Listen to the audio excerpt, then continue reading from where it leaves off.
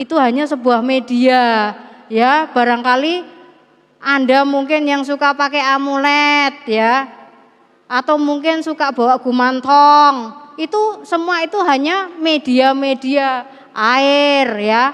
Bisa isinya baik, bisa isinya buruk, tergantung yang ngisi, ya. Bisa yang baik, bisa yang buruk, tergantung yang ngisi. Itu hanya sebuah media untuk Anda bisa istilahnya lebih mantap dalam menjalani kehidupan, sehingga apapun yang Anda usahakan bisa sukses. Nah, tetapi berbicara mengenai Kong Tao ini, kita ini harus tahu bahwa sebenarnya banyak sekali orang ini yang agak sedikit kurang paham mengenai ini. Kadang-kadang orang ya misalnya pergi ke seorang paranormal. Nah, paranormalnya ini ya kan mungkin Anda pernah mengalaminya, ketika memberikan sesuatu atau syarat atau barangkali ada di antara mereka yang mengatakan, kamu harus yakin loh, semuanya akan tertolong kalau kamu yakin. Ada enggak yang kayak gitu? Ada ya?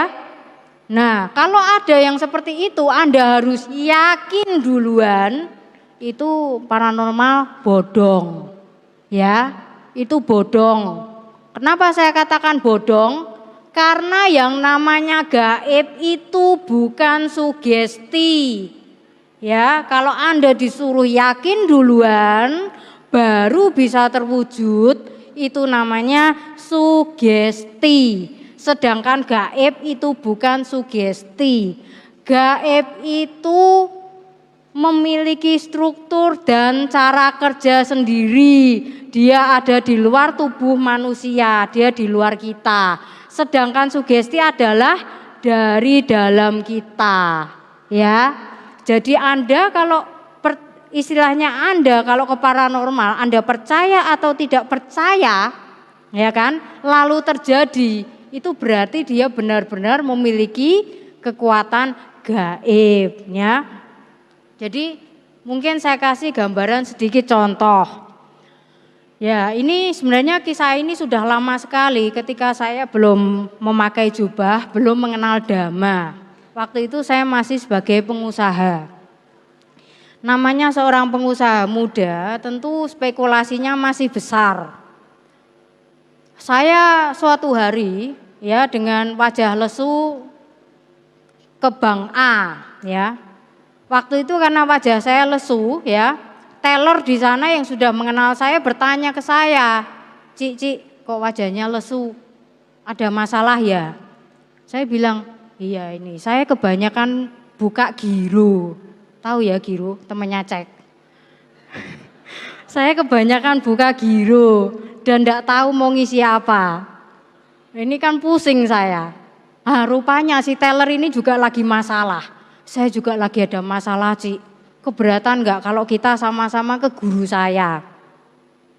Jadi karena namanya orang stres, ruwet dan sebagainya, pasti dapat iming-iming solusi, pengen dong, siapa tahu dapat solusi, bener kan? Jadi akhirnya saya janjian lah sama si teller bank ini, Bank A ya. Saya bilang oke, kita ke gurumu kapan? Nah singkat cerita langsung malam itu kami ke gurunya. Gurunya kebetulan kotanya dekat dari kota Semarang, itu 1 jam lah dari kota Semarang. Kota Kudus, perbatasan Jepara. Nah singkat cerita sekitar jam 7 lebih saya sampai ke sana. Di tempat gurunya ini, beliau ini salah seorang yang cukup terkenal di situ. Sebenarnya beliau ini salah satu tokoh agama ya. Saya tidak mengatakan agama apa, tetapi memang tokoh agama. Memiliki pendidikan agama di sana juga. Jadi saya ke sana. Nah, rupanya yang bukain pintu itu langsung beliaunya, si guru ini. Nah begitu dibukain pintu, ya ini si teller ini kan langsung sungkem lah, Pak, gitu kan. Rupanya oh kamu, ya udah masuk. Nah, ternyata sudah hoping, memang langganan. Nah, terus terang saja namanya anak muda. namanya anak muda itu melihat sesuatu pasti dari penampilannya. Saya melihat penampilan si bapak ini tidak meyakinkan terus terang. Kenapa tidak meyakinkan? Kecil, kurus, tua, kira-kira umur 70 lah. Kalau tingginya sih lebih tinggi saya dikit. Jadi tampak tidak meyakinkan sebagai orang sakti. Ya kan ini ceritanya cari orang sakti kan. Nah, jadi saya menemukannya kok nggak meyakinkan ya. Jadi ketika merasa ini nggak meyakinkan, feel saya itu langsung drop sampai ke akar-akarnya. Waduh. Ya sudahlah, sudah terlanjur sampai di sini. Nah, singkat cerita setelah si Selvi ini selesai berkonsultasi, si guru ini bertanya ke saya, ada masalah ya Anda? Ya, dalam hati saya ya waktu ini terus terang saya ngomong ya, memangnya nggak lihat ya wajah saya udah bete gini ya pasti ada masalah. Masih tanya lagi, tambah bete saya, ya kan? Nah, jadi saya jawab ya. Cuma itu satu suku kata karena saya nggak senang, saya bete.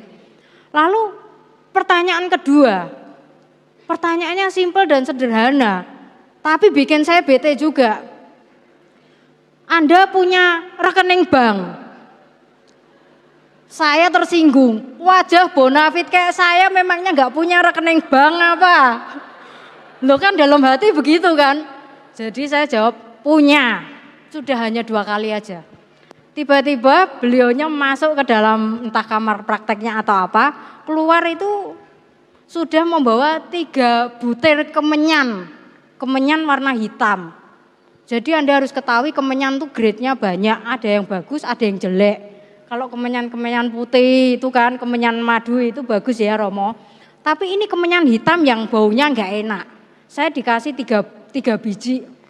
Waktu itu beliaunya ngomong begini, nih Anda bakar setiap jam 9 malam selama 3 hari berturut-turut. Lalu ya terus terang karena saya masih bete dan enggak percaya, terus terang saya enggak percaya, saya nanya, jadi saya perlu ngomong apa, umi apa saya. Lalu si beliaunya ini bilang gini, enggak usah umi daripada Anda salah. Jadi singkat cerita, namanya orang sudah bete, nggak pengen di sana ya kan. Karena kebetulan jamnya harus jam 9 persis itu sudah dibakar kemenyannya. Saya pun langsung buru-buru pamit. Pak maaf ya ini kan sudah hampir jam 8. Sebaiknya saya segera pulang supaya bisa mengejar jam 9 pertama. Jadi saya nggak basa-basi, kenalan belum ya kan. Kan kenalan belum ya, nggak ditanyain namanya loh saya. Nggak ditanyain alamat loh, nama alamat nggak ditanya. Ya kan. Tanggal lahir enggak ditanya loh, ini saya perjelas ya. Lalu saya juga istilahnya enggak ditanya, kamu ada masalah apa? Pertanyaannya dia cuma 2 tadi, ya kan? Pertanyaannya hanya tadi itu 2 aja, ya kan? Jadi singkat cerita saya pulang. Akhirnya selama 3 hari berturut-turut, saya membakar kemenyan itu tanpa memiliki harapan apapun. Karena menurut saya, ini orang kasih kemenyan aja udah murahan. Gimana ini mau cun? Logikanya di situ kan. Jadi saya nggak mengharap apa-apa waktu itu. Beberapa hari kemudian setelah selesai 3 hari berturut-turut bakar kemenyan, saya mendapatkan kiriman rekening koran dari Bank B ya. Tadi itu teller Bank A, yang saya ke sana itu gurunya teller Bank A. Ini Bank B. Ketika saya buka itu rekening koran, ini zaman dulu ya, di mana belum ada mobile banking, internet banking dan sebagainya. Jadi masih rekening manual. Jadi saya buka itu rekening koran, saya kaget. Ada transferan. Bener ada transferan itu. Jadi transferannya gede. Setelah saya baca, saya lihat, wah ini bukan cuma bisa menutup giro-giro saya. Tapi kalau dilihat-lihat masih bisa untuk tambahan modal atau kalau jelek-jeleknya untuk berboros-boros ria bisa untuk beli mobil 1. Jadi saya itu begitu melihat rekening koran saya terus mikir ini salah ketik, salah ngeprint atau apa ya. Saya deg-degan juga kan sudah terlanjur berbunga-bunga, nemu rekening nyasar, duit nyasar. Tapi kalau ternyata salah kan ya percuma. Jadi singkat cerita, saya ke bank ini. Karena zaman dulu belum ada mobile banking ya, jadi saya ke bank ini. Saya tanyalah ke CS-nya. Jadi saya berpura-pura tidak menerima rekening koran. Saya ngomong ke CS-nya, "Mbak, saya itu nunggu transferan, jumlahnya sekian. Tolong dicek udah masuk belum?" Saya sengaja ngomong jumlahnya sekian, tolong dicek sudah masuk belum. Lalu CS-nya itu bilang begini, "Bu, bukannya rekening koran hari ini dikirim?" Terus saya kan karena memang pura-pura mau ngecek kan, saya bilang saya belum nerima, coba dicek aja kan di layar dibuka sebentar gitu kan. Rupanya setelah dicek memang benar-benar ada. Coba bayangkan ada rekening jumlahnya segitu transferan masuk. Jadi akhirnya otak saya berpikir cepat. Ini harus segera saya pindahkan dari bank ini. Lah kan takut hilang lagi kan. Ini transferan dari mana nanti hilang kemana kan susah. Jadi akhirnya mumpung saya masih di bank itu, saya langsung memindahkan, itu kan tadi bank B ya, saya pindahkan ke bank A. Ceritanya buat nutup giro-giro karena saya buka gironya di bank A. Nah kan masih sisa, jadi setelah gironya itu terlunasi semuanya, masih sisa.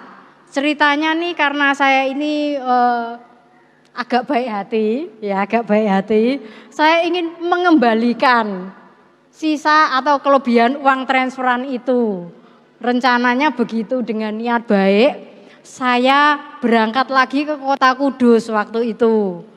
Walaupun, dan saya sudah mempersiapkan satu cek tunai senilai yaitu sisanya itu yang sebenarnya sayang sekali kalau dikembalikan. Terus terang saja, loh. Lagi paceklik ada sisa modal kan lumayan, kalau dibalikin kan rugi kan. Jadi terus terang saja walaupun saya itu niatnya mengembalikan waktu itu. Di dalam perjalanan saya nyetir mobil itu, hati saya itu sayang banget ini uang lumayan gede bisa buat tambahan modal. Lalu dalam hati saya berpikir, mudah-mudahan itu orangnya nggak mau nerima. Loh ini kan logika nalar, saya yakin Anda juga kayak gitu, ya kan? Jadi singkat cerita saya ketemulah lagi sama si guru ini.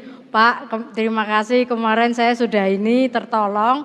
Saat tiba-tiba ada transferan dan ini ada sisa kelebihan uang saya mau kembalikan ke Bapak." Nah, udah saya sodorkan. Rupanya memang harapan saya terkabul. Tuh bapaknya bilang gini, "Udahlah untuk Anda saja untuk modal Anda." Nah, enak kan? Enak ya? Nah, tapi nanti jangan terus di belakang panggung nanya alamatnya orang ini di mana, ya.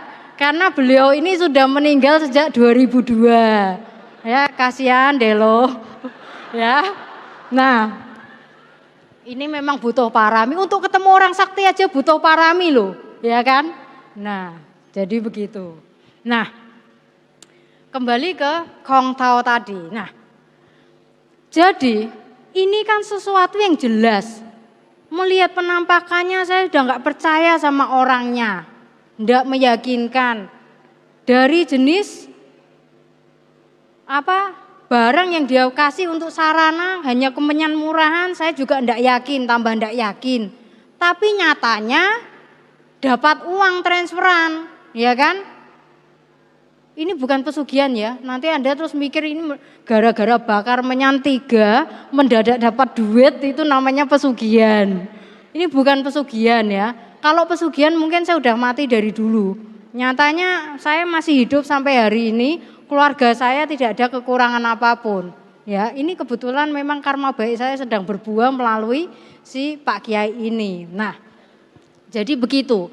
Nah, Anda harus sadari bahwa ketika Anda meminta tolong kepada siapapun, baik kepada manusia yang sebagai media, ya kan, apakah itu paranormal atau ke mana saja, atau Anda sembahyang ke dewa, ya, terkabul atau tidak terkabulnya itu bukan karena orangnya sakti, bukan karena dewanya sakti, ya. Tetapi karena Anda memang memiliki karma-karma baik yang akan berbuah, ya kan? Yang memang harus berbuah sehingga tertolong, ya. Jadi Anda harus tahu, maka banyak sekali orang yang pergi ke sembayang dewa. Nyatanya semua orang juga pasti pengen kaya raya, sukses. Enggak semuanya sukses kan? Ya kan? Anda pergi ke paranormal manapun, pasti keluhan utama adalah ekonomi, ya kan? Setiap orang tuh kan pengennya kalau bisa nganggur banyak duit. Nah, tapi nyatanya tidak semua orang bisa sukses, ya kan? Itu tandanya apa? Butuh karma baik untuk mendapatkan kesuksesan dari tujuan kita, ya. Nah, untuk itu lebih baik kita ini banyak-banyak menanam karma-karma baik sehingga apapun yang kita lakukan bisa mendapat kesuksesan. Lalu bagaimana? Istilahnya Anda mungkin berpikir, kalau nanti benar-benar kami ini kena kongtau, kena santet, itu bagaimana cara menanggulanginya, ya kan? Nah, Anda tidak perlu mengharap untuk kena santet, ya, tidak perlu mengharap kena pelet. Ketika Anda menjalankan, Anda selalu hidup baik melalui pikiran, ucapan, perbuatan, lalu Anda setiap hari juga melakukan pelimpahan jasa, biasanya masalah-masalah yang berkaitan dengan gaib itu akan hilang. Kenapa? Terutama kuncinya adalah dalam pelimpahan jasa. Saya mengibaratkan pelimpahan jasa ini seperti Anda sedang membagi sembako kepada orang-orang yang ketika Anda baksos. Nah, itu makhluk-makhluk alam bawah yang meskipun katakanlah dikirim oleh siapapun atau yang menagih hutang karma datang ke Anda, tetapi kalau Anda selalu melakukan pelimpahan jasa, maka yang terjadi makhluk-makhluk yang tidak tampak ini akan tertolong oleh pelimpahan jasa Anda, sehingga Anda tentu tidak akan terganggu. Mereka yang mungkin awalnya datang untuk suatu misi, yaitu untuk istilahnya mengkongtau Anda, tapi karena Anda kasih sembako itu tadi nggak jadi, misinya hilang. Akhirnya nongkrong di rumah Anda hanya nunggu gajian dari Anda. Sampai tiba saatnya mereka pindah alam, ya. Jadi sebenarnya gampang, ya kan? Ketika Anda rajin melakukan pelimpahan jasa saja, maka makhluk-makhluk gaib itu sudah otomatis tidak akan macam-macam, ya. Itu sebenarnya sederhana. Paham? Ya, baik.